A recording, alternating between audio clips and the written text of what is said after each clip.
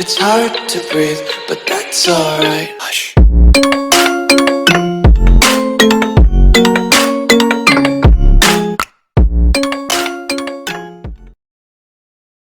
बिस्मिल्लाहिर्रहमानिर्रहीम।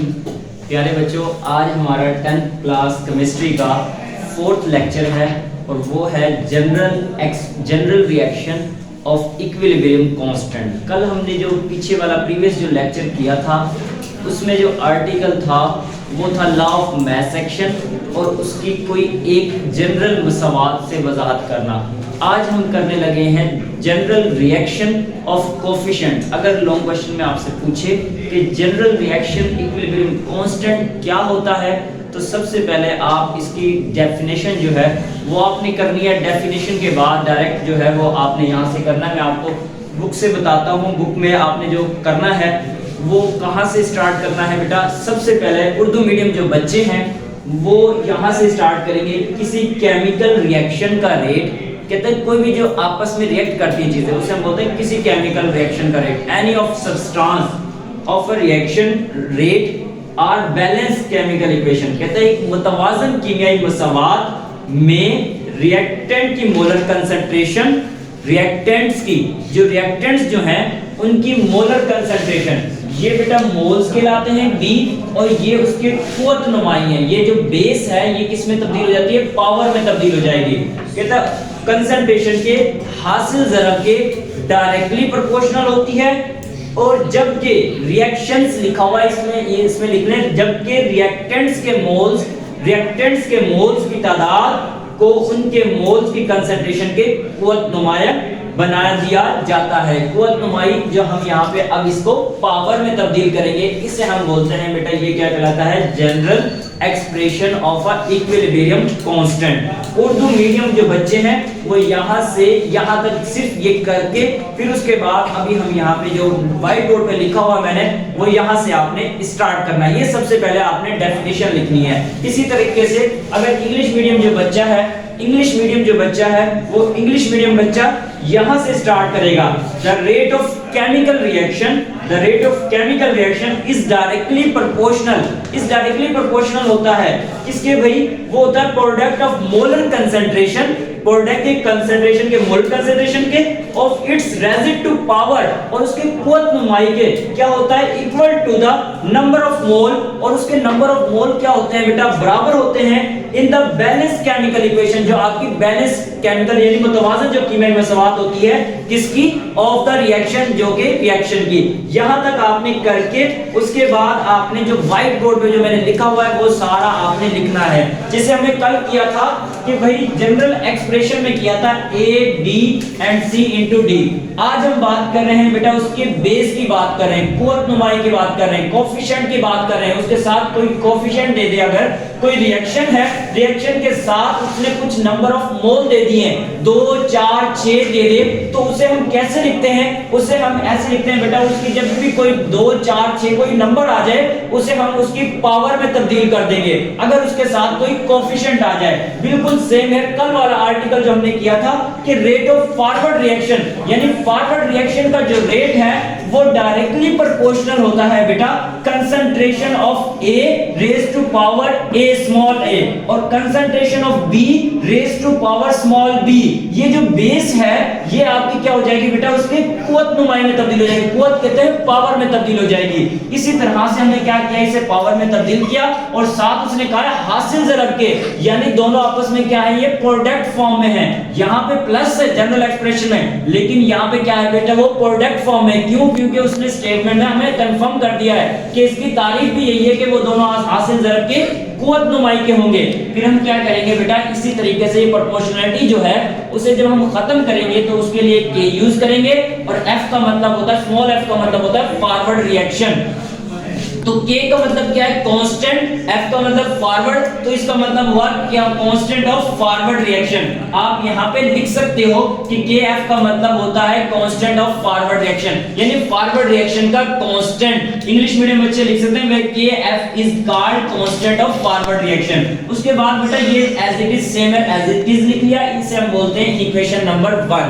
फिर उसके बाद नेक्स्ट जो है, अब ये तो हमारे हो गए रिएक्टेंट की बात हो गई। अब हम बात करते हैं बेटा जो प्रोडक्ट है, प्रोडक्ट भी क्या होते हैं, एक दूसरे के हासिल ज़रब के कुव्वत नुमाई के डायरेक्टली प्रोपोर्शनल होते हैं। तो हमें क्या किया, रेट ऑफ रिवर्स रिएक्शन जो है, रेट ऑफ रिवर्स रिएक्शन जो है इस डायरेक्टली प्रोपोर्शनल है, वो डायरेक्टली प्रोपोर्शनल है किसके, concentration of C raise to power small c, concentration of D raise to power small d। इसका मतलब क्या है कि ये बेटा इसके कुव्वत नुमाई के हासिल ज़रब के डायरेक्टली प्रोपोर्शनल है। कौन सा भाई, रेट ऑफ रिवर्स रिएक्शन जो है। और साथ उसने कहा है कि यहाँ पे जनरल एक्सप्रेशन में रिपीट कर रहा हूँ, बच्चे जो है वो इसी चीज को कंफ्यूज हो जाते हैं, इस चीज में कंफ्यूज हो जाते हैं ज्यादातर। वो यहाँ पे प्लस लिखा हो तो यहाँ पे भी इक्वेशन में प्लस लिख देते हैं, ये प्लस जो लिखोगे तो आपकी इक्वेशन जो है वो गलत हो जाएगी, क्योंकि उसने स्टेटमेंट में ये बात बोली है कि वो एक दूसरे के हासिल ज़रब के कुव्वत नुमाई के हासिल ज़रब के डायरेक्टली प्रोपोर्शनल होते हैं। तो ये बेटा इसकी पावर में तब्दील हो जाएगा। इसी तरह से जैसे यहाँ पे हमने किया, तो यहाँ पे हमने क्या किया, प्रोपोर्शनलिटी को जब खत्म किया तो उसके लिए K यूज किया, और R का मतलब होता है reverse, constant of reverse reaction. और इन इक्वेशन नंबर 2 इसे हम कह देते हैं बेटा ये क्या है, मुसावात नंबर 2 हो गई। इसी तरीके से कल जो हमने प्रीवियस लेक्चर किया उसमें भी हमने कहा था लॉ ऑफ मास सेक्शन के बाद हमने कहा था अकॉर्डिंग टू केमिकल इक्विलिब्रियम, यानी स्टेट ऑफ इक्विलिब्रियम, यानी इक्विलिब्रियम की हालत के मुताबिक, इक्विलिब्रियम की हालत क्या कहती है बेटा, rate of forward equal to rate of reverse. जो रेट ऑफ फॉरवर्ड रिएक्शन है वो रेट ऑफ रिवर्स के क्या होता है बेटा, बराबर होता है। चलिए देखें बेटा, फिर हमने क्या किया, रेट ऑफ फॉरवर्ड के लिए हमें ये इक्वेशन बनाई थी, इन इक्वेशन नंबर 1 ये बनाई थी, इसकी जगह पे R, F की जगह पे हमें ये लिखा KF, K means constant, F means forward, और A raised to power A, small capital B raised to power small b equal to constant of reverse reaction। क्यों, क्योंकि मतलब क्या है इसका, R का मतलब क्या है, rate of reverse reaction. Capital R का मतलब है रेट और स्मॉल r का मतलब होता है रिवर्स रिएक्शन। तो बेटे यहाँ पे K R C की पावर C एंड D की power molar concentration of D की पावर स्मॉल d। फिर हम क्या करेंगे बेटा, देखें कल वाला जो लेक्चर हमने यही किया था लास्ट में कि K R यहाँ पे मल्टीप्लाई हो रहा है, इधर आके वो डिवाइड हो जाएगा। ऐसे हमने किया, ये K R यहाँ पे मल्टीप्लाई, इधर आके क्या हो गया, डिवाइड हो गया, K F over K R is equal to, बेटा ये चीज यहाँ पे मल्टीप्लाई हो रही है, इधर आके क्या हो जाती है, वो डिवाइड हो जाती है, A की पावर स्मॉल a, B की पावर स्मॉल b। ये आ गया आपका K F over K R। ये जो K F और K R है इसे हम बोलते हैं इक्विलिब्रियम कांस्टेंट। कल हमने ये यही किया था, K F forward reaction, the ratio of forward constant of forward reaction and the ratio of reverse reaction और constant of a reverse reaction is called chemical equilibrium constant, या equilibrium constant हमने कहा था, उसे Kc से जाहिर किया था। equilibrium constant को Kc के साथ जाहिर किया है, Kc are represent in a chemical equilibrium constant। तो Kc बराबर होता है बेटा Kf ओवर Kr। तो यहाँ पे Kf और Kr की जगह हमें क्या पुट कर दिया बेटा, Kc पुट किया। Kc is equal to C की power C, molar concentration of C raised to power C, molar concentration of D raised to power small d। फिर उसके बाद डिवाइड बाय, या जिसे ओवर बोलते हैं, तकसीम बोलते हैं, सॉरी, उसके बाद वो कहता है तकसीम divide by raise to power concentration of A raise to power small a and concentration of B raise to power small b। ये हो गया बेटा, इसे हम बोलते हैं general expression of a coefficient. Coefficient की जनरल एक्सप्रेशन है। अब इसका इस्तेमालात क्या है, इसकी इंपॉर्टेंस क्या है, इसकी अहमियत क्या है, वो यहाँ पे हम एग्जांपल में करने लगे। ये जो हमने फार्मूला ड्राइव किया है इसके यूजेस क्या है, और ये किस लिए हमें इस्तेमाल करने, कैसे इस्तेमाल किया जाता है, किस लिए इस्तेमाल किया जाता है। तो बेटा ये एग्जांपल है आपकी, एग्जांपल नंबर 1 कहता है कि when nitrogen and oxygen are react, जब नाइट्रोजन और ऑक्सीजन आपस में रिएक्ट करते हैं तो उसके नतीजे में नाइट्रोजन मोनोऑक्साइड बनती है। अब आपसे वो कहता है इसका इक्विलिब्रियम कांस्टेंट निकालना है। ये आपकी बुक में भी है, पंजाब बोर्ड में भी ये एग्जांपल आई हुई है पेपर के अंदर, शॉर्ट क्वेश्चन 2 नंबर में। वो कहता है कि इक्विलिब्रियम कांस्टेंट Kc निकालें, इसका N2 + O2 2NO।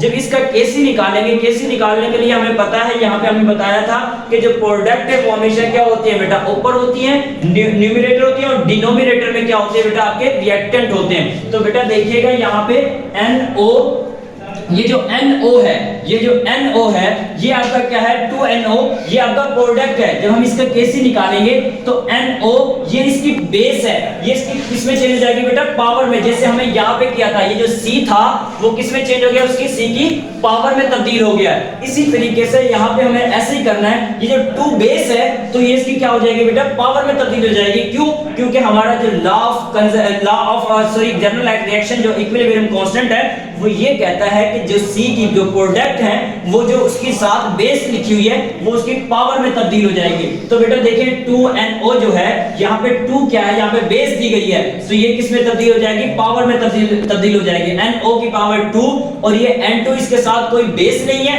ये एज इट इज आ जाएगा molar concentration of N2 and molar concentration of O2। ये Kc निकाल लिया, 2 नंबर का शॉर्ट क्वेश्चन है ये। इसी तरीके से बेटा नेक्स्ट एग्जांपल है N2 + 3H2। जब वो कहता है when nitrogen react with hydrogen, when nitrogen react with hydrogen then produce ammonia. कहता है जब नाइट्रोजन हाइड्रोजन के साथ रिएक्ट करता है तो अमोनिया बनता है, तो इसका आप इक्विलिब्रियम कांस्टेंट निकालें। तो सम टाइम बेटा एक बोर्ड के अंदर एग्जांपल में वो ये चीज रिएक्शन भी नहीं देता, सिंपल वो कहता है जब नाइट्रोजन हाइड्रोजन के साथ रिएक्ट करता है तो अमोनिया बनता है, इसका Kc निकालें। तो आपको पता होना चाहिए जब नाइट्रोजन जो है वो N2 जब है आपका हाइड्रोजन के साथ रिएक्ट करेगा तो उसके नतीजे में अमोनिया NH3 बनेगा। तो हम देखिए बेटा यहाँ पे 2 नाइट्रोजन है तो यहाँ पे 2 बनता है, 2 नाइट्रोजन हो गए, 3 2 द 6 हाइड्रोजन है, 2 3 द 6 हाइड्रोजन। ये हमारी क्या हो गई, बैलेंस केमिकल इक्वेशन हो गई। अब इसका हमें क्या करना है बेटा, Kc निकालना है। तो ये प्रोडक्ट है, प्रोडक्ट हमारे क्या होंगे बेटा, ऊपर होगी न्यूमरेटर में होगी, और जो रिएक्टेंट होंगे वो क्या होंगे, डिनोमिनेटर के अंदर होंगे। तो ये बेस 2 है तो इसकी पावर में तब्दील हो जाएगी, पावर 2 आ जाएगी। इसी तरीके से बेटा ये N2 ये एज इट इज आ जाएगा, इसके साथ कोई बेस नहीं है तो ये N2 एज इट इज आ जाएगा। 3H2 का मतलब क्या है, 3 इसकी क्या है, हाइड्रोजन की बेस दी हुई है, और हमें पता है कि जनरल एक्सप्रेशन में हमने कहा था इसकी पावर में तब्दील हो जाएगा। तो H2 जो एज इट इज आ गया और 3 उसकी जो बेस थी वो उसकी पावर में तब्दील हो जाएगी। ये आपका Kc निकल आया। ये बेटा आपका ये जो है Kc, ये जनरल एक्सप्रेशन में अगर आपसे पूछे इक्विलिब्रियम कांस्टेंट निकालें नाइट्रोजन और हाइड्रोजन का, जब इसके नतीजे में जो अमोनिया बनता है इसका आप Kc निकालें, तो Kc निकालने के लिए आपको माइंड में ये एवरी टाइम रखना कि जब भी जो प्रोडक्ट होगी वो हमेशा न्यूमरेटर के अंदर होगी, यानी ऊपर होगी, डिवाइड से ऊपर वाली जो टर्म होगी वो आपकी प्रोडक्ट होगी, और डिवाइड से जो नीचे वाली टर्म होगी वो रिएक्टेंट होंगी। ये 2 एग्जांपल है आपके सिलेबस में। इसके अलावा बेटा एक कंसेप्चुअल क्वेश्चन है, वो बुक में वो बताता है कि आपसे कि ये बुक के अंदर वो एक क्वेश्चन कर लेता है, शॉर्ट क्वेश्चन है, कंसेप्चुअल बॉक्स में भी बना हुआ है। कहता है क्वेश्चन नंबर 4, ये कहता है खुद तशखीसी, यानी खुद करें इसे सोल्व। कहता है यहाँ पे मंदरजा झेल फर्जी रिएक्शन के कोफिशिएंट की पहचान करें, यानी आपने इसमें कोफिशिएंट बताने हैं। तो A जो है उसमें लिखा हुआ उसने 2A + 3B rate of forward and rate of reverse 4C + 2D। इसमें आपने क्या बताने हैं, इसके कोफिशिएंट बताने हैं। तो कोफिशिएंट बेटा जो A जो पार्ट है उसके जो कोफिशिएंट बनेंगे, A जो पार्ट है उसके कोफिशिएंट बनेंगे बेटा 2A + 3B rate of forward and rate of reverse, उसके बाद 4C + 2D। इसमें आपने कोफिशिएंट बताने हैं। कोफिशिएंट क्या है बेटा, रिएक्टेंट के कोफिशिएंट क्या है 2 और 3, और जो आपके प्रोडक्ट के कोफिशिएंट है वो है 4 और 2। ये जो A B C D ये आपके मोल्स हैं, जिसे हम बोलते हैं नंबर ऑफ मोल्स, ये मोल्स की तादाद है, और ये 2 3 4 2 है, ये आपके क्या है बेटा, कोफिशिएंट कहलाते हैं। आप अगर आपसे पूछे कि इसका कोफिशिएंट बताएं तो आप बता सकते हो 2 3 रिएक्टेंट के कोफिशिएंट है, और प्रोडक्ट के कोफिशिएंट क्या है बेटा 4 और 2 है। इसी तरीके से बी पार्ट है उसमें वो कहता है 4x rate of forward rate of reverse 2y + 3z।